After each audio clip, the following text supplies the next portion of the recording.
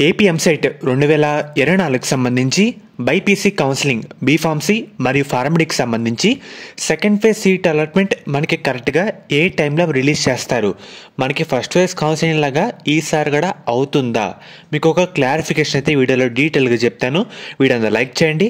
కొత్తగా ఎవరైతే మన ఛానల్ చూస్తున్నారో సబ్స్క్రైబ్ అయితే చేసుకోండి. పక్కన బెల్ ఐకాన్ కూడా ఆల్ ఆప్షన్లు పెట్టుకోండి. మెయిన్గా వీడియోలోకి వెళ్ళే ముందు శాస్త్ర కాలేజ్ అన్నమాట. ఇది మనకి నెల్లూరులో అవుతుంది. ఈ కాలేజ్లో BS nursing, B Pharmacy, PharmD, physiotherapy, diploma in pharmacy ఈ కోర్సులు అయితే అందుబాటులో అయితే ఉన్నాయన్నమాట.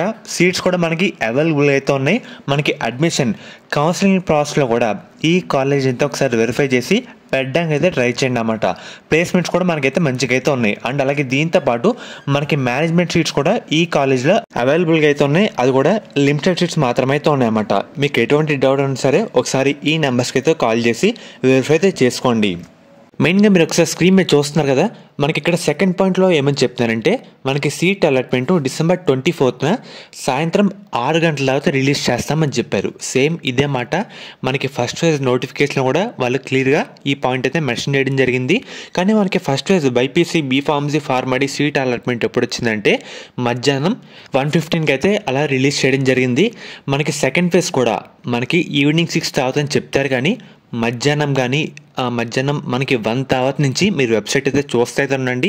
అయితే మనకి ఈవినింగ్ 4 PM కూడా ఎక్స్పెక్ట్ చేయొచ్చన్నమాట. ఎంపీసీ వాళ్ళకి ఏంటంటే ఫస్ట్ ఫేజ్లో చాలామంది విద్యార్థులు ఉంటారు. సుమారుగా కొంత వేల మంది విద్యార్థులు పార్టిసిపేట్ చేస్తారు. బైపీసీ వాళ్ళు తక్కువ మంది అయితే ఉంటారన్నమాట. అండ్ అలాగే ఎంపీసీ థర్డ్ ఫేజ్లో తక్కువ మంది ఉంటారు. కాబట్టి ఎంపీసీ వాళ్ళకి థర్డ్ ఫేజ్లో మనకి మధ్యాహ్నం 4కి అయితే రిలీజ్ చేశారు. మనకి బైపీసీ ఫార్మసీ వాళ్ళకి మొన్న 1:15కి అయితే రావడం జరిగింది. వీళ్ళు మనకి సెకండ్ ఫేజ్ సీట్ అలాట్మెంట్ రేపే రాబోతుంది. కాబట్టి మనకి ఈవినింగ్ 6 తర్వాత అంటారు. కానీ మనకి మధ్యాహ్నం 1 or ఈవినింగ్ 4 PM లోపు రిలీజ్ చేసే అవకాశం అయితే ఉందన్నమాట.